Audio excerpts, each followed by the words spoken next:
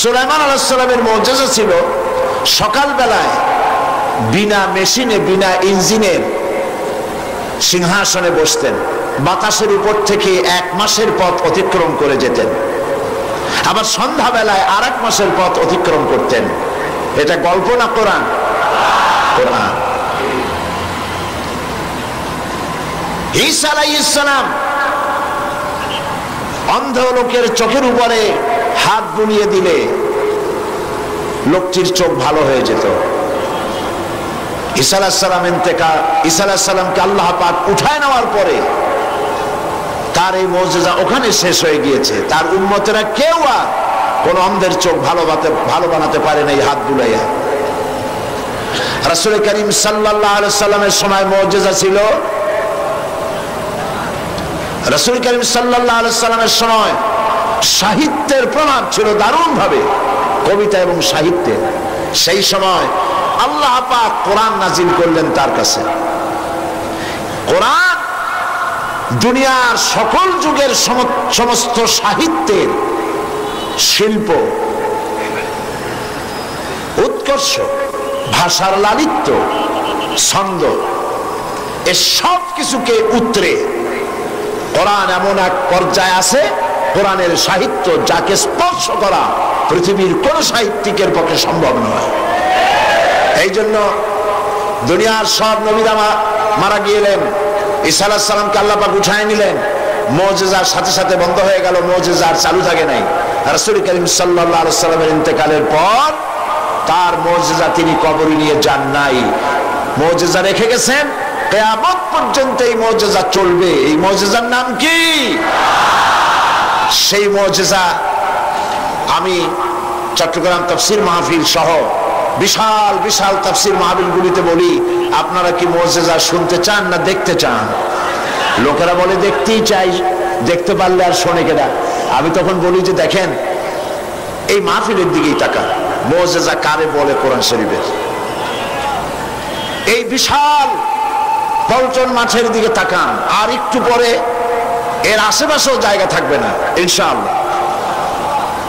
যে কোনো রাজনৈতিক দল এরকম একটা সমাবেশ করতে হলে 1 মাস আগের থেকে পত্র পত্রিকা, মিছিল, পথসভা, সমাবেশ, তারপরে চতুর্দিকে বাস দিয়ে, গাড়ি দিয়ে লক্ষ লক্ষ টাকা খরচ করে মানুষ আনতে হবে, ঠিক কিনা? তারপরেও এইরকম জান্নাতের পরিবেশ হবে না। যা দাঁড়ানো তার থেকে, যা বসা তার থেকে দাঁড়ানো বেশি। চতুর্দিকে পুলিশ, বিডিআর, স্বেচ্ছাসেবক, হাতে ধরি পায়ে ধরি, বসেন বসেন, কথা কইেন না। কে কার কথা শোনে? সিনেবাদাম সাবায়, শুনতে ইচ্ছা হলে শোনে, না হয় আরেক দিকে তাকায় থাকে।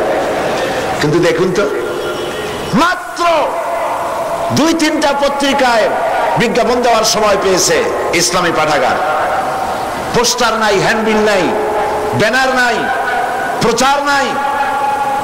আল্লাহ রাব্বুল আলামিন তার কোরআনের পাগল, কোরআনের প্রেমিক গোলামদেরকে হাজির করে দিয়েছেন। এটাই কোরআনের মুজিজা। এইটা হলো কোরআনের মুজিজা।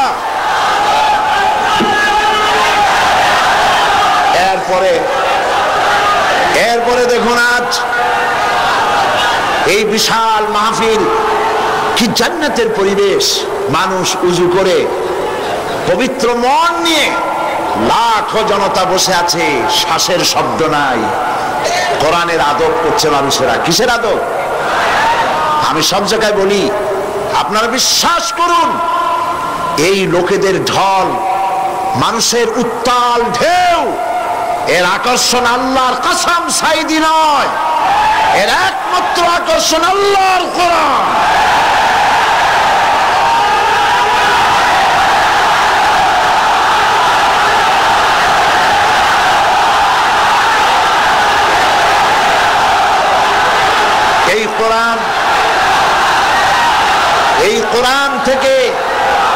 এই কোরআন থেকে মানুষকে বিচ্ছিন্ন করা যাবে না।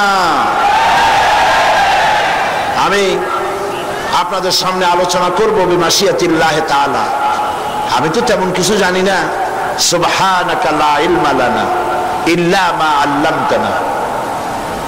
আল্লাহ যদি দয়া করে তার গোলামকে কিছু বলার জন্য এহসান করেন তবেই বলতে পারবো, নইলে আমার কাছে কিছুই নাই। ঢোল যেমন বাড়ি দিলে শব্দ অনেক দূর থেকে শোনা যায়, মনে হয় ভিতরে অনেক কিছু আছে, কিন্তু ঢোলের চামড়াটা ছিঁড়লে দেখা যাবে ভিতরে একদম শূন্য, কিছুই নাই। আমি এরকম একটা শূন্য মানুষ, ছোট্ট মানুষ, আল্লাহর এক গোলাম ছাড়া কিছুই নই। আল্লাহ পাক যদি দয়া করে বলার তৌফিক দেন বলবো। কিন্তু আপনাদেরকে কথা শোনাবার আগে ওই যে প্রত্যেক দিন সাংবাদিক বন্ধুদেরকে ছেড়ে দিতে হয়, তাদের ব্যাপারে আমি পুরা সময়ের বক্তব্যের সারাংশ তাদের জন্য গুছিয়ে আমার কাছে রাখি, যেটা তাদের বললে ওনারা তাড়াতাড়ি নিয়ে চলে যেতে পারেন পত্রিকায় দেওয়ার জন্য।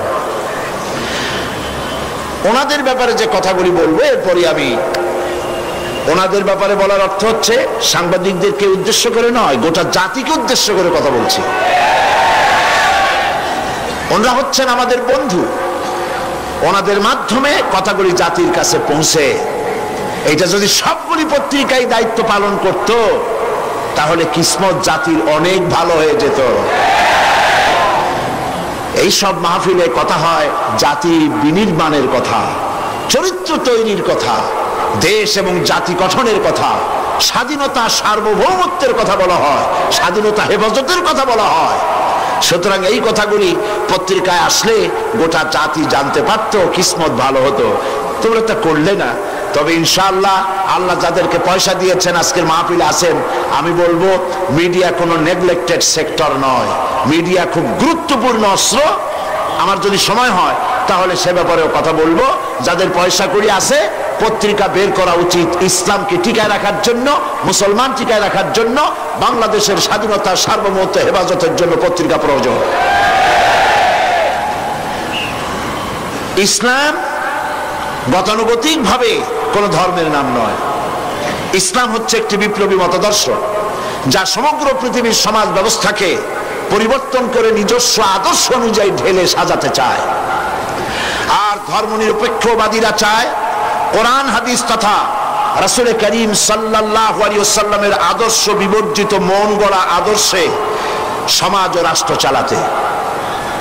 ধর্মনিরপেক্ষতার অর্থই হচ্ছে ধর্মহীনতা। ধর্মনিরপেক্ষ রাষ্ট্র প্রতিষ্ঠার ব্যাপারে ধর্মনিরপেক্ষবাদীদের দৃষ্টিতে ওলামা, মাশায়েখ, ইসলামী আন্দোলন এবং মাদ্রাসা, মসজিদই হচ্ছে তাদের প্রধান বাধা। মুসলিম দেশসমূহের মধ্যে তুরস্কই হচ্ছে প্রথম ধর্মনিরপেক্ষ ইউরোপের মুরিদ রাষ্ট্র। ইসলামের শত্রুদের খরিদকৃত গোলাম কামাল পাশা তুরস্ককে ধর্মনিরপেক্ষ রাষ্ট্র বানাবার জন্য হাজার হাজার আলেমদেরকে হত্যা করেছিল, মাদ্রাসা শিক্ষা বন্ধ করে দিয়েছিল এবং ইসলামী আন্দোলনের নেতা কর্মী, আলেম, ওলামা দিয়ে জেলখানাগুলি ভরে ফেলেছিল। এখন বাংলাদেশেও হুবহু তুরস্কের কামাল পাশার অনুকরণে বর্তমান সরকার ইউরোপ, আমেরিকা এবং ভারতকে খুশি করার জন্য বাংলাদেশকে একটি পূর্ণাঙ্গ ধর্মনিরপেক্ষ রাষ্ট্রে পরিণত করার লক্ষ্যে ওলামা, মাশায়েখ ও মাদ্রাসা ছাত্রদের উপরে অত্যাচারের স্টিম রোলার চালাচ্ছে। অথচ একথা সর্বজনবিদিত যে দেশের ওলামা, মাশায়েখ এবং মাদ্রাসার ছাত্র এবং শিক্ষক সমাজ সবচাইতে বেশি শান্তিপ্রিয় এবং সন্ত্রাস ও দুর্নীতি মুক্ত। যেমন কলেজ বিশ্ববিদ্যালয়গুলোতে এ যাবৎ যত সন্ত্রাসী তৎপরতা এবং হত্যাকাণ্ড ঘটেছে, মাদ্রাসাগুলিতে তার 1000 ভাগের 1 ভাগও ঘটে নাই। কলেজ বিশ্ববিদ্যালয়গুলোতে যত ধর্ষণের ঘটনা ঘটেছে, মাদ্রাসাগুলোতে তার 1,00,000 ভাগের 1 ভাগও ঘটে নাই।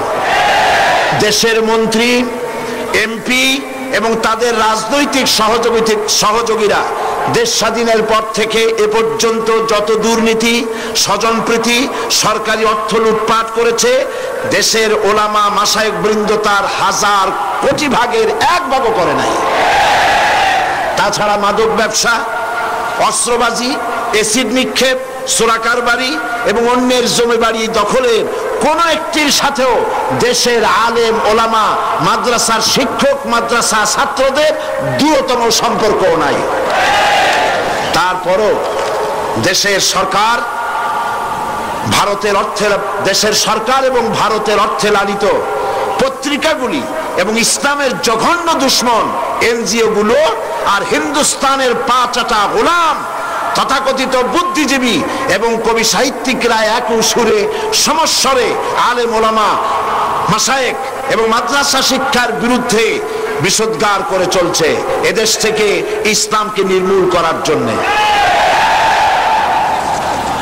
এ পর্যন্ত গোটা জাতির উদ্দেশ্যে আমি তাফসীরুল কোরআন মাহফিলের পক্ষ থেকে বক্তব্য রাখলাম।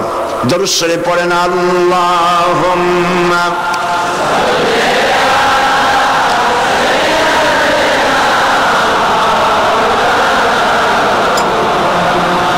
ওয়া আলা আলি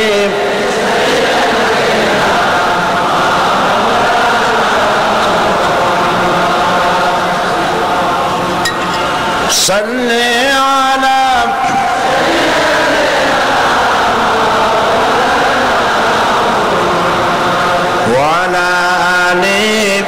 سيدنا مولانا محمد।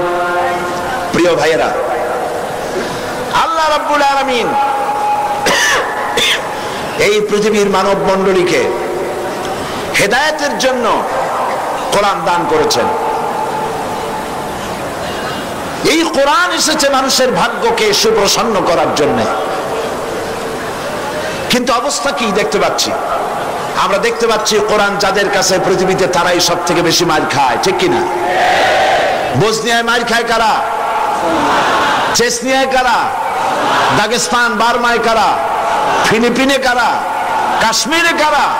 প্যালেস্টাইনে কারা? সারা বিশ্ব জুড়ে আজ মুসলমানরাই মার খাচ্ছে। তার অর্থ কি এই দাঁড়াবে যে মুসলমানরাই হচ্ছে কোরআন তাদের কাছে আছে বলে এই কারণেই তারা মার খাচ্ছে? না, আল্লাহ রাব্বুল আলামিন কোরআনে কারীমের ভিতরে বলেছেন তাহা মা আনজালনা আলাইকাল কুরআনা লিতাশকা। নবী হে, কোরআন আমি এই জন্য নাজিল করি নাই যে আপনি ভাগ্য বিপর্যস্ত হবেন, হতভাগ্য হয়ে যাবেন, এর জন্য কোরআন আসে নাই। কোরআন এসেছে ভাগ্যকে সুপ্রসন্ন করে দেওয়ার জন্য। যাদের কাছে কোরআন থাকবে তারা শাসিত হবে না, যাদের কাছে কোরআন থাকবে তারা বিশ্বকে শাসন করবে। আজ কোরআন ঘরে থাকা সত্ত্বেও আমরা এই কোরআন থেকে ফায়দা নিতে পারলাম না। এমন একখানা কিতাব যার কাছে আসতে পারে লোহাগুলি পাথর হয়ে, লোহাগুলি সোনা হয়ে যায়, পাথরগুলি হীরকখণ্ডে পরিণত হয়ে যায়।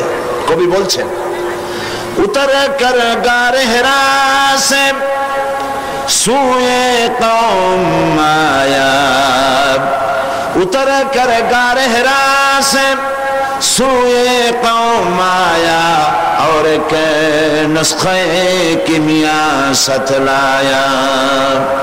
रसूल करीम सल्लल्लाहु अलैहि वसल्लम হেরা পাহাড় থেকে নেমে এলেন, হাতে আনলেন একখানা পরশ পাথর, সৌভাগ্য স্পর্শমণি কোরআন।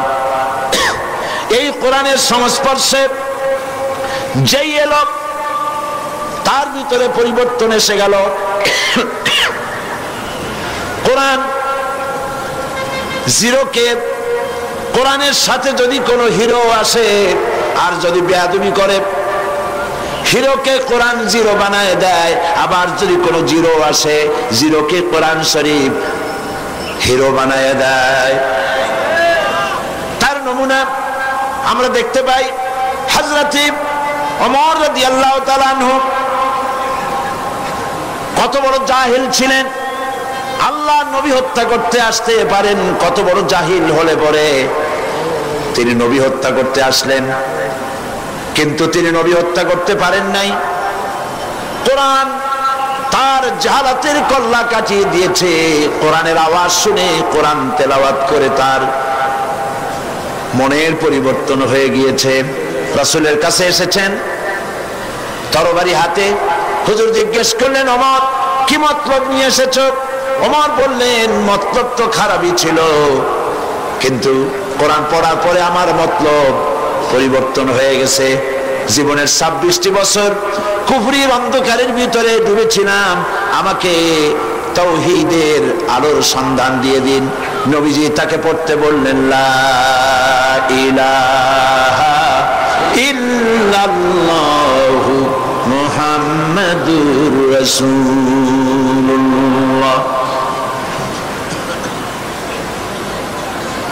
সে ওমর রাসূলকে হত্যা করতে আসলেন।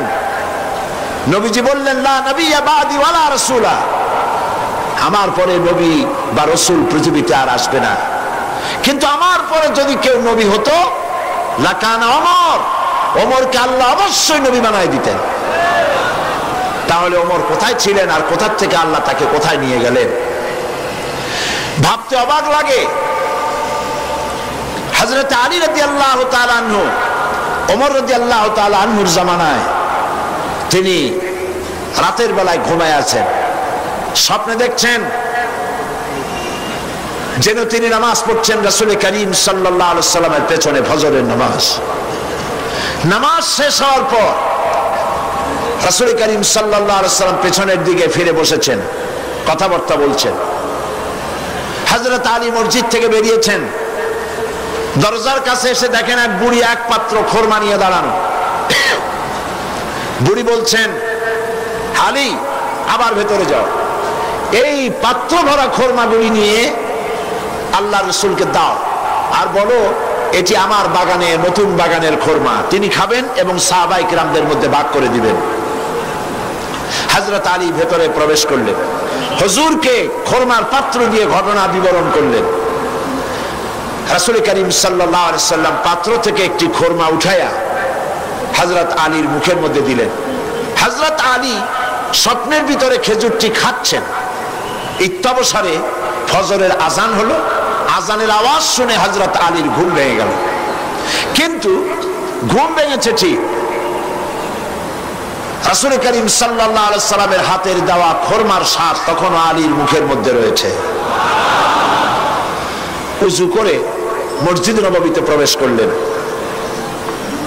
তিনি দেখতে পাচ্ছেন মসজিদ নববীতে ইমামতির জায়গায় কে দাঁড়ানো? হযরত ওমর রাদিয়াল্লাহু তাআলা। ইসলামের নিয়ম এটা। ইসলামী শাসন ব্যবস্থায় রাষ্ট্রপ্রধান যিনি হবেন তিনি সেই দেশের সব থেকে বড় মসজিদে ইমামতি করার খুতবা দেওয়ার যোগ্যতা তার থাকতে হবে। হযরত ওমর রাদিয়াল্লাহু তাআলা আনহু ফজরের নামাজ পড়লেন। এখন কিন্তু আর স্বপ্ন না, এখন কি বাস্তব। ফজরের নামাজ শেষ করে হযরতে ফারুক রাদিয়াল্লাহু তাআলা আনহু পেছনের দিকে ফিরে বসেছেন। হযরত আলী উঠেছেন, মসজিদ থেকে বেরোবেন, দরজার কাছে এসে দেখেন এক বুড়ি এক পাত্র খোরমা নিয়ে দাঁড়ানো।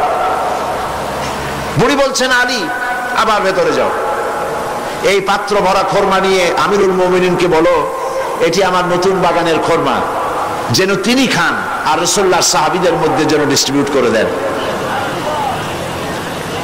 হযরত আলী দেখছেন কি আশ্চর্য কথা, যা স্বপ্নে দেখলাম তাই বাস্তব হচ্ছে। ভেতরে গিয়ে আমিরুল মুমিনিনকে খোরমার পাত্র দিলেন আর ঘটনা শোনালেন।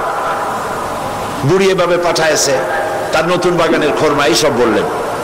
হযরত ওমর খোরমার পাত্র থেকে একটি খোরমা উঠিয়ে হযরত আলীর মুখের মধ্যে দিয়ে দিলেন। হযরত আলী খোরমা চিবোচ্ছেন, খুব মজা লাগতেছে। হযরত আলী বলছেন ওমর পাত্রে তো খোরমা অনেক আছে, সবাইকে যদি একটা দুইটা করে দাও তারপরেও থাকবে, খোরমা খুব মজার, তুমি দাও না আমাকে আরেকটা বেশি। জিদনি তামরাতান উখরা, আমাকে আরেকটা খোরমা দাও।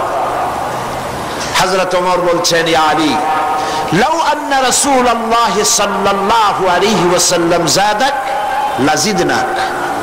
হে আলী, রাসূল করিম সাল্লাল্লাহু আলাইহি ওয়াসাল্লাম স্বপ্নের ভেতরে তোমাকে যদি একটার বেশি খোরমা দিতেন আমিও তোমাকে একাধিক খোরমা দিয়ে দিতাম। হযরত আলী রাদিয়াল্লাহু তাআলা আনহু বলছেন ইয়া ওমর আহিয়া রুইয়া রাআইতাহা আম হিয়া গায়বুন আম ইত্তালাত আলাইহি। এটা কি? এটা কি তুমি স্বপ্ন দেখেছো আমার মতো, না গায়েব থেকে তোমাকে জানানো হয়েছে? আমাকে রাসূলুল্লাহ স্বপ্নে একটা খোরমা দিলেন, তা তুমি টের পাইছো কেমনে? কিভাবে টের পেলে? এটা কি স্বপ্ন দেখেছো না গায়েব? হযরত ওমর বলছেন, ইয়া আলী ওয়াল্লাহি মা হিয়া রুহিয়া ওয়ালা গায়েব ওয়ালাকিন্নাল মুমিনা ইযা আখলাসা কলবহু ইয়ারা বিনূরিল্লাহ। মূল বক্তব্য হচ্ছে এই, হে আলী, এটা স্বপ্নও নয়, এটা গায়েব থেকেও আমাকে জানানো হয়নি। মূল কথা হচ্ছে আল্লাহর কোন মুমিন বান্দা যখন আল্লাহর জন্য হয়ে যায়, ব্যক্তিতে, পরিবারে, সমাজে, রাষ্ট্রে, জীবনের সব ক্ষেত্রে যদি কোনো মুমিন বান্দা আল্লাহর গোলাম হয়ে যায়, তো আল্লাহর সাহায্যেই সে দেখতে পায়। হযরত ওমর কোথায় ছিলেন আর কোরআন তাকে কোথায় নিয়ে গেল? সুবহানাল্লাহ ওয়া বিহামদিহি। সেই কোরআন, এই দিকটা মাইক পাচ্ছে না, অপারেটর পাঠায় দিন, পাবেন ইনশাআল্লাহ পাবেন। কোরআন পৃথিবীতে মানব গোষ্ঠীর হেদায়েতের জন্য এসেছে। সেই কোরআন থেকে বিগত দুদিন আমি আলোচনা করেছি আপনাদের সামনে সূরা আস-সাফ থেকে। আসুন, কুম আলা তিজারাতিন তুজিকুম মিন আযাবিন আলীম তুমিনুনা বিল্লাহি ওয়া রাসূলিহি ওয়া তুজাহিদুনা ফি সাবিলিল্লাহি বিআমওয়ালিকুম ওয়া আনফুসিকুম যালিকুম খায়রুল লাকুম ইন কুনতুম তা'লামুন। সাদাকাল্লাহুল আযীম। আল্লাহ পাক বলছেন, হে বিশ্বাসীরা, যারা তোমরা ঈমান এনেছো, শোনো, আমি কি তোমাদের কেমন একটি ব্যবসার কথা বলবো না, যে ব্যবসায় তোমাদেরকে জাহান্নামের কঠিন শাস্তি থেকে রক্ষা করবে? তার মানে অবশ্যই বলবো। সেই ব্যবসাটা হচ্ছে আল্লাহর সাথে ব্যবসা করতে হবে। ব্যবসার পুঁজি কয়টা বলেছিলাম? তিনটি। একটি হলো ঈমান বিল্লাহ, আল্লাহর প্রতি ঈমান। আরেকটি হচ্ছে রাসূলের প্রতি ঈমান। আরেকটি হচ্ছে, জোরে বলুন, আমরা আল্লাহর প্রতি ঈমানের কথা আলোচনা করেছি, রিসালাতের প্রতি ঈমানের কথা কিছুটা বলেছি, বাকি কথা আজকে আলোচনা করতে চেষ্টা করব ইনশাআল্লাহ।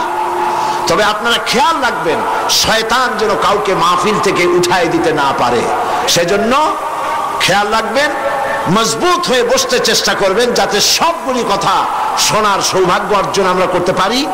আর আখিরি মোনাজাত, এই লাখো জনতার বিশাল মোনাজাতে আমরা যেন শরীক হতে পারি। আল্লাহ যেন তৌফিক দান করেন, বলি আমিন। রাসূলের প্রতি ঈমান, সেই ঈমানের কিছু কথা গতকাল বলেছিলাম, আজকে বাকি আরো কিছু কথা। রাসূলের প্রতি ঈমানের অর্থ শুধু এতটুকু নয় যে মাথায় টুপি পরলাম, দাড়ি রাখলাম, জামা গায়ে দিলাম, এতটুকুনি শুধু নয়, বরং রাসূল হচ্ছেন আমাদের আদর্শ, এটা বিশ্বাস করতে হবে। রাসূল আমাদের কি? অনেকে বলে আমরা অমুকের আদর্শ, আমরা অমুকের আদর্শের সৈনিক, বলেন এরকম? এর কোনো মানে নেই। আল্লাহ শিখাচ্ছেন, লাকাদ কানা লাকুম ফি রাসূলিল্লাহি উসওয়াতুন হাসানাহ। আল্লাহ পাক বলেন, তোমাদের জন্য তোমাদের মহত্তম আদর্শ তোমাদের রাসূলের ভেতরে আমি রেখে দিয়েছি। আল্লাহর নবী হচ্ছেন তোমাদের জন্য শ্রেষ্ঠ আদর্শ। সর্বশ্রেষ্ঠ আদর্শ কে? আদর্শ তো তিনি হবেন যার জীবন কলুষতা মুক্ত, জীবনে কোনো কালিমা নাই, তিনি হবেন আদর্শ। পৃথিবীতে মানুষেরা নিজেরা নিজেদের জন্য অনেক নেতা বানায়। এখন প্রকৃতপক্ষে নেতা কে হবেন? বিশ্বনবী মুহাম্মদ সাল্লাল্লাহু আলাইহি ওয়াসাল্লাম। এই জন্য আমাদের প্রাণ প্রিয় স্লোগান আল্লাহু আকবারের পরে তোমার নেতা আমার নেতা, এটা কি সকলের জন্য? তাহলে জান খুলে পড়ে বলেন না, তোমার নেতা আমার নেতা কে? বলেন সাল্লাল্লাহু আলাইহি ওয়াসাল্লাম। তিনি হচ্ছেন আমাদের নেতা। আমি এজন্য মাঝে মধ্যে প্রশ্ন করি, আপনারা যাদেরকে নেতা মানেন, নেতার প্রশংসায় রাত দিন 24 ঘন্টা জিকির আজগার করেন, সেই নেতা জীবনে মিথ্যা কথা বলে নাই, মানুষকে ঠকায় নাই, জেনা ব্যভিচার করে নাই, হত্যা করে নাই, প্রতারণা করে নাই, মদ পান করে নাই, এ ব্যাপারে আপনারা কি নিশ্চিত? তাহলে কিভাবে নিজেরা নেতা তৈরি করে তার পিছনে ঘোরেন? নেতা তো তিনি যার জীবনে কোনো কলুষতা নাই। তিনি কে? বিশ্বনবী মুহাম্মদুর রাসূলুল্লাহ সাল্লাল্লাহু আলাইহি ওয়াসাল্লাম। পৃথিবীর সমস্ত নেতাদের ক্যারেক্টার দুই রকম। ক্যারেক্টার কয় রকম? একটা হলো পাবলিক ক্যারেক্টার, আর একটা হচ্ছে পার্সোনাল ক্যারেক্টার। জনগণকে দেখাবার জন্য এক চরিত্র, আর ভেতরে হলো আর এক চরিত্র। সেই জন্য তারা বলে, আমি যা বলি তাই তোমরা করো, আমি যা করি তা তোমরা দেখবা না। রাসূল কি এরকম বলেছেন? আল্লাহর নবী তার বক্তব্য হচ্ছে, আমার স্ত্রীরা ও আমার সাহাবায়ে কিরাম দিনের আলোতে আর রাতের আধারে আমার মধ্যে যা কিছু তোমরা দেখতে পাও, যে আচরণ তোমরা দেখতে পাও, সবগুলি খুলে খুলে মানুষের সামনে বলে দাও। সুবহানাল্লাহ বলবেন না? আমার জীবনের সব কথা মানুষের সামনে বলে দাও। এই জন্য রাসূল করিম সাল্লাল্লাহু আলাইহি ওয়াসাল্লাম হচ্ছেন শ্রেষ্ঠ আদর্শ।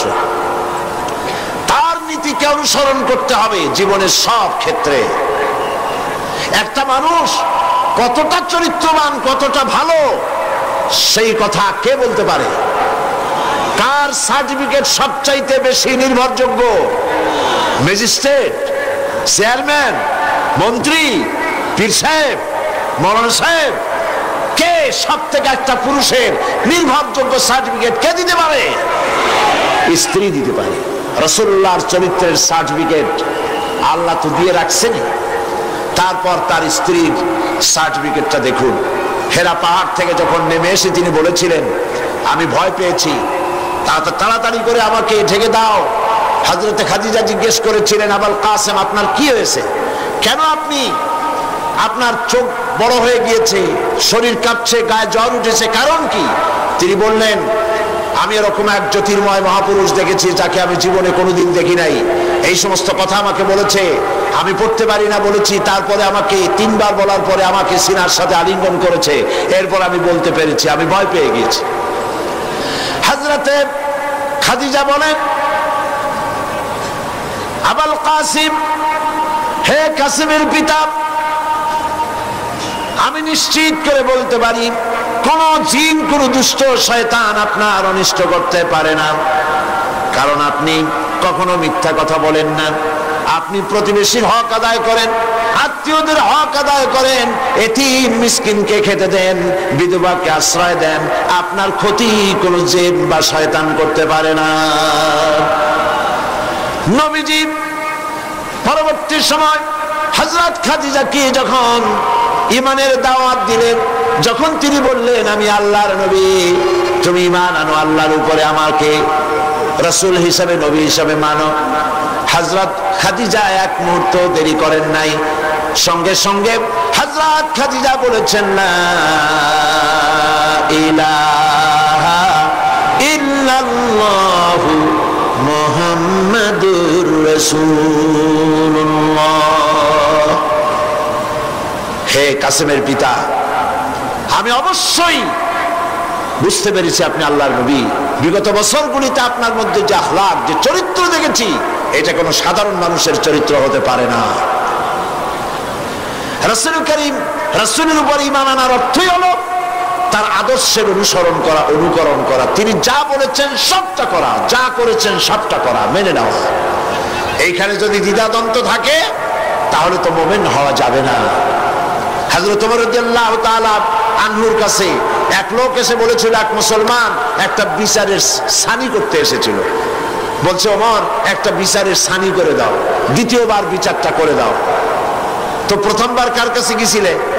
তো তিনি বললেন যে আমি প্রথমবার তো মুহাম্মদ সাল্লাল্লাহু আলাইহি ওয়াসাল্লামের কাছে গিয়েছিলাম, আমি মুসলমান মানুষ, আমার বিরুদ্ধে ইহুদি কেস দায়ের করলো, হুজুর সাক্ষী প্রমাণ নিয়ে আমি মুসলমান, নামাজ পড়ি, যুদ্ধে যাই, চাঁদা দেই, আমার বিরুদ্ধে রায়টা দিলেন, এটা কি সঠিক হয়েছে? আপনি বরং এই সবকিছু শুনে মিলে এটাকে দ্বিতীয়বার বিচারটা করে দেন। হযরত ওমর রাদিয়াল্লাহু তাআলা আনহু বললেন, দাঁড়াও, অপেক্ষা করো, আমি বিচার করতেছি। ঘরের মধ্যে প্রবেশ করলেন, তরবারি একখানা নিয়ে আসলেন, আর তরবারি দিয়ে আঘাত দিলেন। বললেন, আল্লাহর বান্দা, রাসূল করিম সাল্লাল্লাহু আলাইহি ওয়াসাল্লাম বিচার করার পর সেই বিচার যে মানতে পারে না, তার বিচার তো এরকম করে করে দিতে হয়। লোকটি দ্বিখণ্ডিত হয়ে গেল। রাসূলের কাছে খবর এলো, ওমর রাদিয়াল্লাহু তাআলা আনহু মুসলমান হত্যা করেছেন। চতুর্দিকে বদনাম ছড়িয়ে গেল। রাসূল করিম সাল্লাল্লাহু আলাইহি ওয়াসাল্লাম চিন্তায় পড়ে গেলেন, হযরত ওমর এতটা করতে গেলেন কেন? আল্লাহ পাকের পক্ষ থেকে আয়াত নাজিল হয়ে গেল। আল্লাহ রাব্বুল আলামিন শোনালেন, ফালা ওয়া রাব্বিকা লা ইউমিনুন। হে নবী, আপনার রবের কসম, আপনার আল্লাহর কসম, যেই ব্যক্তি ঈমানের দাবি করে, মুসলমানের দাবি করে, আপনার হুকুম, আপনার সিদ্ধান্ত মানতে দ্বিধা দ্বন্দ্বে ভোগে, সে কখনোই মুমিন হতে পারে না, সে মুমিন নয়। ওমর যাকে হত্যা করেছে সে মুসলমান নয়, মুনাফিক। সুতরাং ইসলাম কবুল করলে ইসলামের সবটা মানতে হবে, অল্প একটু মানলে হবে না। রাসূল করিম সাল্লাল্লাহু আলাইহি সাল্লামকে তার উপর ঈমান আনতে হলে সম্পূর্ণটাই মানতে হবে। রাসূল করিম সাল্লাল্লাহু আলাইহি ওয়াসাল্লামের জীবনে, তার মিশনে বাধা আসলো কেন? বাধা এই জন্য এসেছে, বাধা যে হয়েছে এটা তো আপনারা নিশ্চয়ই জানেন। বাধাটা দিল কারা? সে কথা গতকাল বলেছি। যদি রাসূল করিম সাল্লাল্লাহু আলাইহি সাল্লাম শুধুমাত্র টুপির কথা বলতেন, দাড়ির কথা বলতেন, জামার কথা বলতেন, কদু খাওয়ার কথা বলতেন, মিষ্টি খাওয়ার কথা বলতেন, আতর লাগাবার কথা বলতেন, সুরমা লাগাবার কথা বলতেন, তাহলে রাসূলকে মার খেতে হতো না, ঠিক কিনা বলেন? এই ধরুন আমি যদি আপনাদের বলি, ভাইরা আপনারা সকলে দাড়ি রাখবেন, মাথায় টুপি দেবেন, ভালো জামা টামা, সুন্নতি জামা, লম্বা জামা পরবেন, পাগড়ি পরবেন, আপনারা কি আমাকে মারতে আসবেন নাকি? আপনারা বলবেন তো ভালো কথা, এই মন্দ কি? তো রাসূলুল্লাহ মারটা খাইলেন কেন? দাড়ি রাখতে বলেছে তো ভালো কথা। পুরুষের দাড়ি হলে তো খুব ভালোই লাগে, দাড়ি যত বড় হয় আরো সুন্দর লাগে, আর বেশি ঘন হলে শীতকালে মাফলারের দরকার হয় না, গলাটা ঢেকে থাকে, কত সুন্দর। তেতে মারতে আসবে কেন? কদু খাইতে বললে তাতে মারতে আসবে কেন? মিষ্টি খাইতে বলেছেন, তাতে মারতে আসবে কেন? মূল বিষয়টা হলো, মারতে আসার কারণটা ছিল এই, মার খেয়েছেন রাসূল এই কারণে, তিনি পৃথিবীর বুকে আল্লাহর জমিনে আল্লাহর আইন প্রতিষ্ঠা করতে চেয়েছেন। আল্লাহ রাব্বুল আলামিন বলেছেন, আলা লাহুল খালকু ওয়াল আমর, জেনে রাখো, সৃষ্টি যার, আইন চলবে তার, অন্য কারো নয়। আইন চলবে কার? সবাই বলুন কার? আল্লাহ পাকের আইনকে জমিনে প্রতিষ্ঠার জন্য পয়গম্বরেরা দায়িত্ব পালন করে গেছেন। সুতরাং নবীর উপরে ঈমান আনার অর্থ ইয়া নবী সালাম আলাইকা বলা নয় শুধু, নবীর উপর ঈমান আনার অর্থ দাড়ি আর টুপি লাগানো নয় শুধু, নবীর উপরে ঈমান আনার অর্থ হলো দাড়ি, টুপি, জামা সহ, পাগড়ি সহ, মেসওয়াক, সুরমা, যা যা রাসূল করেছেন বলেছেন সব সহ দিন প্রতিষ্ঠার জন্য জিহাদে অংশগ্রহণ করতে হবে। সেই কথাই আসছে 3 নম্বরে গিয়ে, ওয়াতুজাহিদুনা ফি সাবিলিল্লাহি বিআমওয়ালিকুম ওয়া আনফুসিকুম যালিকুম খায়রুল লাকুম ইন কুনতুম তা'লামুন। আল্লাহর রাস্তায় জিহাদ করো। আল্লাহর রাস্তায় কি করো? জিহাদ। জোরে বলেন কি? জিহাদ করো। কি দিয়ে? মাল আর জান দিয়ে। যদি তোমরা ইসলাম বুঝে থাকো তাহলে এই জিহাদে অংশগ্রহণ করো। এখন জিহাদ কাকে বলে? লোকেরা ধারণা করেছে জিহাদ মানে হলো যুদ্ধ। জিহাদ এই নামটা শোনার মাত্রই, যখনই কারো মুখে শোনে জিহাদ অথবা কাগজে পড়ে জিহাদ, তো পাঠকের মনে তখন একটা চিত্র ভেসে ওঠে, বিরাট দাড়িওয়ালা, টুপিওয়ালা জামাওয়ালা, হাতে লম্বা তরবারি, সমানে দৌড়াইতেছে আর কাফের কুচায় কুচায় শেষ করে বেড়াই দিতেছে। এর নাম হলো জিহাদ। এই জন্য ফার্সিতে একটা কথা আছে, অলেকিন কালামদার কাফে দুশ্মনাস্ত, দুশ্মনের হাতে কলম ছিল, যেমন খুশি তেমন মুসলমানদের ইতিহাসকে তারা বিকৃত করেছে। জিহাদ মানে যুদ্ধ নয়, জিহাদ মানে হোলি ওয়ার নয়, জিহাদ মানে হার্ব নয়, জিহাদ মানে কিতাল নয়। যুদ্ধ এটার আরবি কিতাল হতে পারে, হার্ব হতে পারে, ওয়ার হতে পারে, কিন্তু জিহাদ শব্দের অর্থ এগুলি নয়। জিহাদ কি? জিহাদের আবিধানিক এবং পারিভাষিক অর্থ হচ্ছে যে কোনো উদ্দেশ্যকে সফলতার শীর্ষে পৌঁছে দেওয়ার জন্য যে প্রাণান্তকার প্রচেষ্টা চালানো হয়, জান দিয়ে, মাল দিয়ে, অর্থ দিয়ে, যে কোনো উপায়ে যে চেষ্টা চালানো হয়, ওই চেষ্টার নাম হলো জিহাদ। ওই চেষ্টার নাম কি? জিহাদ। তো আমাদের উদ্দেশ্য হলো, লক্ষ্য করুন, আমাদের উদ্দেশ্য হলো জমিন হলো আল্লাহর। চিল্লায় বলুন, জমিন কার? আল্লাহর জমিনে। মানুষ কার? আল্লাহর জমিনে। আল্লাহর মানুষের উপরে আইন কার? আল্লাহ পাকের আইনকে প্রতিষ্ঠিত করার জন্যে আমি যদি বই লিখি, এটা আমার লেখার জিহাদ। আমি যদি এই রাস্তায় পয়সা খরচ করি, এটা হলো আমার আর্থিক জিহাদ। আমি এই রাস্তায় চূড়ান্ত, আমাকে যদি কেউ বাধা দেয় সশস্ত্র ভাবে, তখন সশস্ত্র ভাবে তার মোকাবেলা যদি আমি করি, এটা হলো জিহাদের চূড়ান্ত রূপ। জিহাদের অর্থ শুধুমাত্র হিন্দু যেখানে পাও কুচাইয়া মারো, এর নাম জিহাদ নয়। বলা হয়েছে জিহাদ ফি সাবিলিল্লাহ ওয়া তুজাহিদুনা ফি সাবিলিল্লাহ। জিহাদ হবে আল্লাহর পথে। জিহাদ হবে কার পথে? পৃথিবীতে যত যুদ্ধ হয়, আমেরিকা যুদ্ধ করছে, ইউরোপ করছে, ইন্ডিয়া করছে, পৃথিবীর বিভিন্ন দেশ এক দেশ আর এক দেশের সাথে যুদ্ধ করে। উদ্দেশ্য কি? উদ্দেশ্য হলো দেশের সীমা আরো বাড়ানো, ঠিক কিনা? অর্থ লুটপাট করা, ঠিক কিনা? চুরি করা, ডাকাতি করা, ছিনতাই করা, ক্ষমতা বাড়ানো। এই জন্য এ হচ্ছে ক্ষমতা প্রতিষ্ঠিত করার জন্য তাদের লড়াই। ইসলামের জিহাদ রাজ্য বাড়াবার জন্য নয়, অর্থ সম্পদ লুণ্ঠন করার জন্য নয়, নিজের ক্ষমতা পাকাপোক্ত করার জন্য জিহাদ নয়। ইসলামের জিহাদ হচ্ছে কোরআনের আইনকে দেশে প্রতিষ্ঠিত করার জন্য চেষ্টা করার নামই জিহাদ।